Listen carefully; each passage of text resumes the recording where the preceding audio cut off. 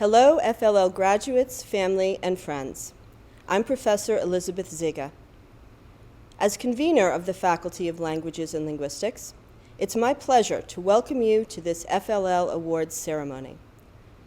While the FLL faculty and I miss gathering in person for this celebration, reading your names from the stage and shaking the hand of each honoree, I'm sure you will still know how proud we are of your accomplishments. We offer our sincere congratulations and our warm good wishes. Hello, my name is Sawika Colbert and I'm the Dean of Georgetown College. I am delighted to welcome you to this event celebrating the students of our Faculty of Languages and Linguistics. Our Faculty of Languages and Linguistics is a national leader in language education and one of Georgetown College's and Georgetown University's crown jewels. Being multilingual is an advantage not only for the easily imaginable bottom line reasons in a globalized world, but also because knowing other languages opens you up to understanding other cultures on their own terms. Studying language has helped you to learn how to think critically, comparatively, and empathetically, which will serve you well in your professional, personal, and internal lives. As we look at the world today, domestically and abroad, now more than ever, it's important to reach out to others, to listen, learn, and invite them to get to know us as well. This is part of what we mean at Georgetown when we dedicate ourselves to be people for others. Learning languages helps us to do that. This learning might come in linguistics, where our faculty and students research and study the forms and context of language. It might come in languages no longer spoken, like ancient Greek and Latin, whose vestiges surround us everywhere we turn, or it might concern the panoply of modern languages that our Faculty of Languages and Linguistics research and teach. None of this would be possible without the work, dedication, care, and rigor of our faculty. To our faculty members in the Faculty of Languages and Linguistics, thank you for all you've done. Your excellent research, your award-winning teaching, and your care for our students has always inspired me. Those qualities at root are why some students can succeed. So thank you so much for what you do for our students. Congratulations on your achievements. As we emerge from this time of crisis, know that you are equipped to face the challenges to come. Your knowledge of language, literature, and linguistics, your skills in cross-cultural communication, your discernment and care for others will enable you to reach out across the country and the world and to help knit us together into our human family. So once again, congratulations. I hope you take time to celebrate this major accomplishment.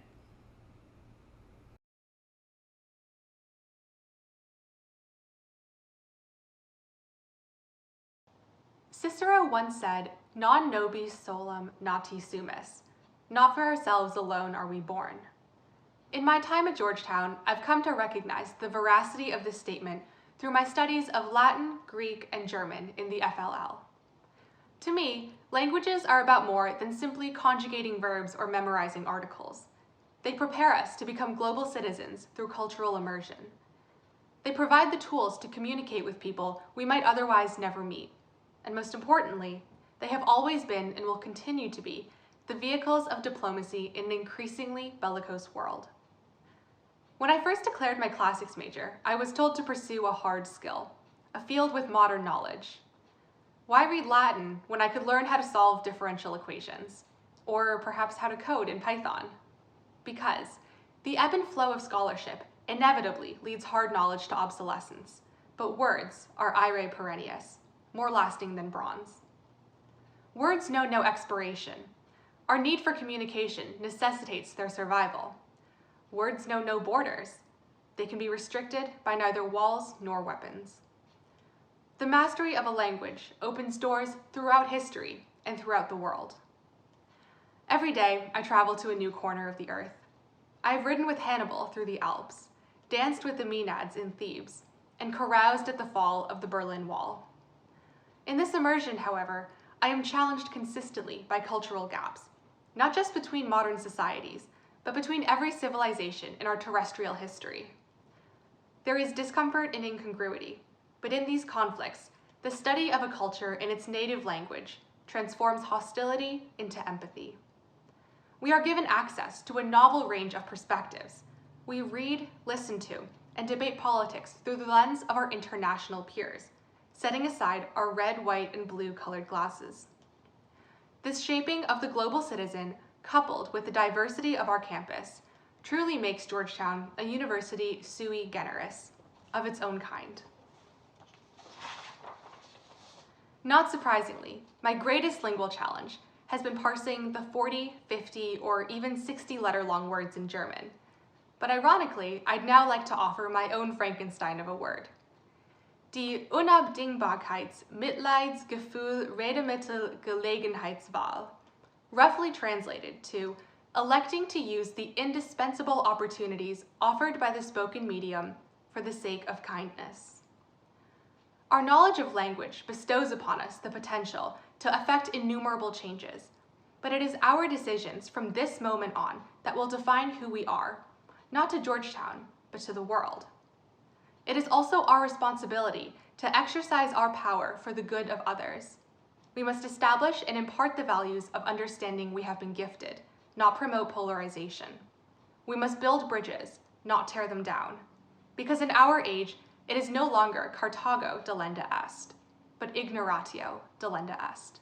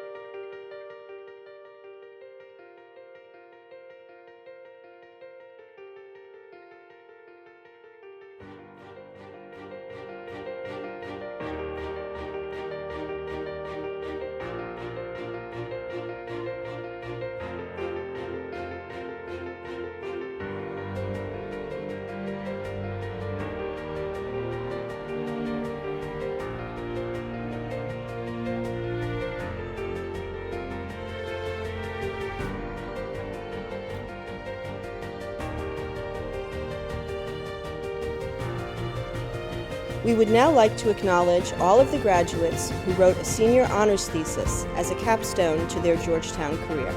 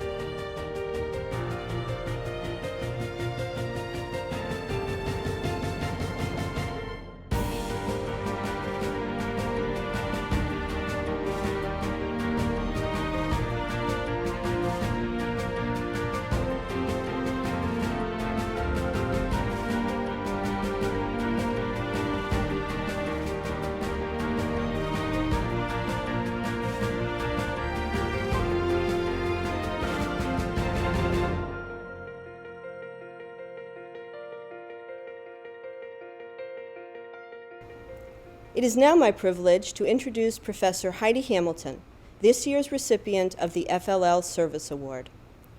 Heidi Hamilton is professor in the Department of Linguistics, where she teaches courses in discourse analysis and interactional sociolinguistics. Professor Hamilton was instrumental in starting the Hager Scholars Program at Georgetown and in promoting cross-disciplinary work in discourse analysis. Professor Hamilton's research interests focus on issues of discourse and Alzheimer's disease, language and aging, and health discourse. About her work, she writes, "I have spent my life in linguistics exploring the interrelationships between language and a variety of healthcare issues and contexts. My passion for understanding the mutual effects between language and human health, how language use affects health as well as how health affects language, has encouraged me to reach across disciplines, both to the scholarly literature and to practitioners, including speech and language pathologists, physicians, nurses, hospital administrators, and genetic counselors."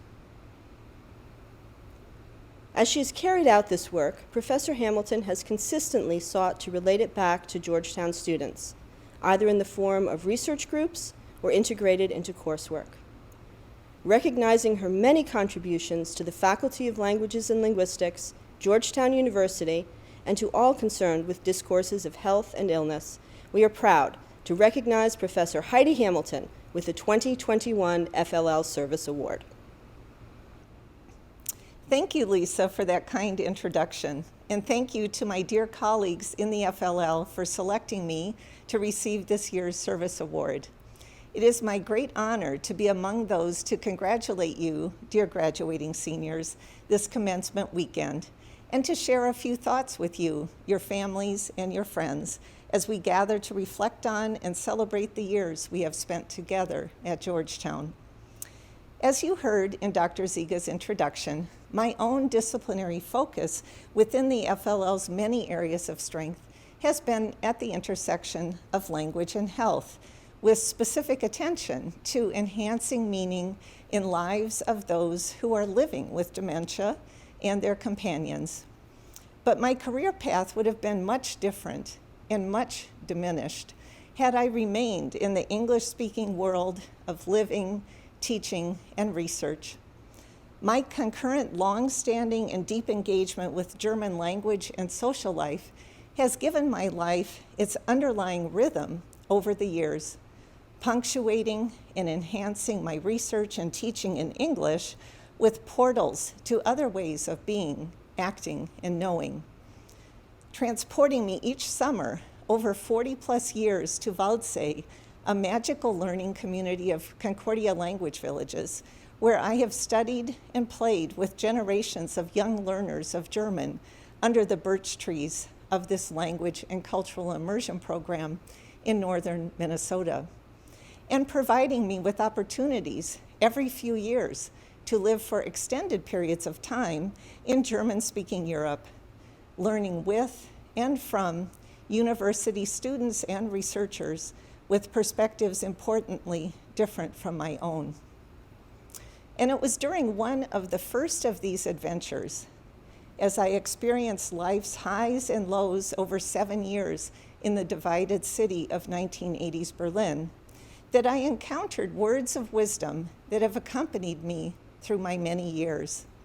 I found them within a slim collection of letters, Briefe an einen jungen Dichter, letters to a young poet, that were exchanged between writer Rainer Maria Rilke and a 19-year-old aspiring poet, Franz Xaver Kappus, in the early 1900s, over 100 years ago, when Kappus had boldly reached out to Rilke seeking advice. At the time, I was in the final stages of writing my doctoral dissertation that would become my first book, Conversations with an Alzheimer's Patient. And like many young scholars, I was uncertain and impatient about my work, not sure it was ready to be defended, much less published. I knew only that I had taken just the first few steps on what would likely be a lifelong journey of inquiry. Many questions remained. It was in that frame of mind that I read and found comfort in Rilke's gently profound response to Capus's many questions.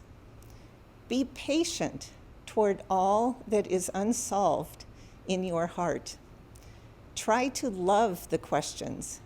Do not seek the answers right now, which cannot be given to you because you would not be able to live them.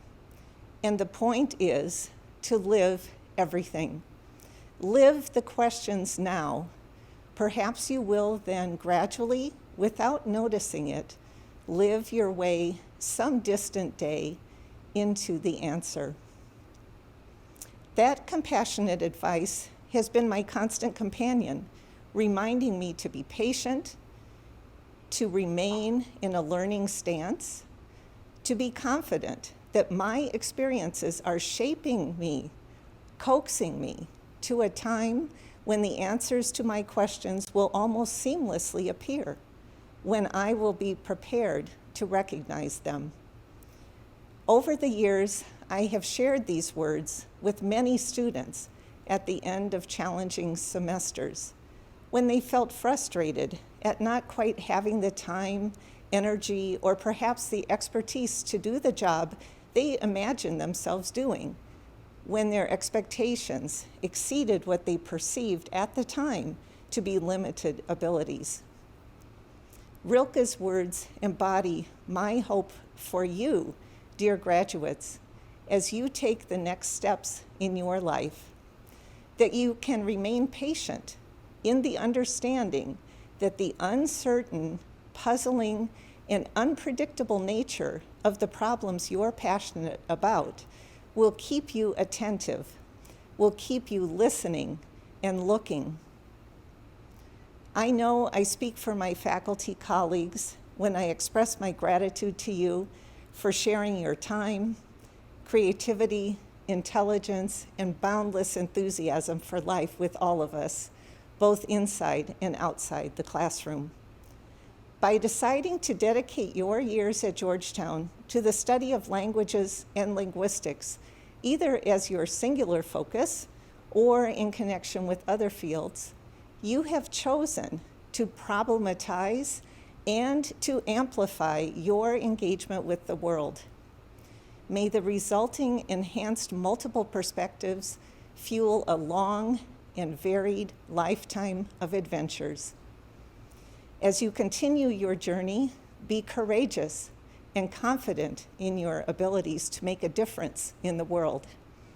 And in your excitement to do so, remember to remain patient with yourself and with others as you live your questions and as you live your way into your answers. Congratulations, Hoya Saxa. Dearest sisters, brothers, and non-binary kin, namaste. As we come to the end of our ceremony today, this benediction for graduating students comes from the Taittiriya Upanishad, thought to have been composed in the 8th century BC, which I'll recite in its original before providing a translation. I invite you to join me in closing your eyes. Om Satyam Vada Dharmam Chara Swadhyayanma Pramadaha Satyana Pramaditavyam Dharmana Pramaditavyam Kushalana Pramaditavyam Swadhyaya Pravachanabhyam Na Pramaditavyam Om Shantihi Shantihi Shantihi Harihi Om. Before you depart into the world, having graduated from this place of learning, dearest students, who have lived with us for so much of your lives, listen to a summary of our essential teachings. Be honest, speaking and acting in accordance with good morals. Seek to be just and righteous in your every action. Never neglect daily study and reflection on how to better oneself and one's society. Do not be swayed to stray from truth and justice, whatever be the incentives the world may offer. Avoid neglecting your own happiness, but know that in the joy of others, we find our own. Seek to share the wisdom you have gained from your teachers, bereft of any bias or ulterior motive. Learn to give unselfishly with faith, joy, and wisdom. And if you ever find yourself lacking an answer or are confused as to the way forward, Seek out humble and gentle people and emulate them, for surely the way to eternal betterment is in humility. This is the teaching. Om Shantihi, Shantihi, Shantihi, Harihi Om. Thank you. You may now open your eyes. Thank you all for being a part of our FLL ceremony.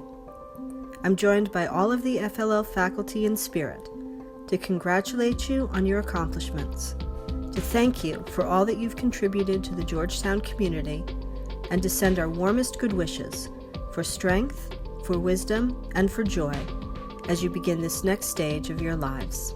Congratulations.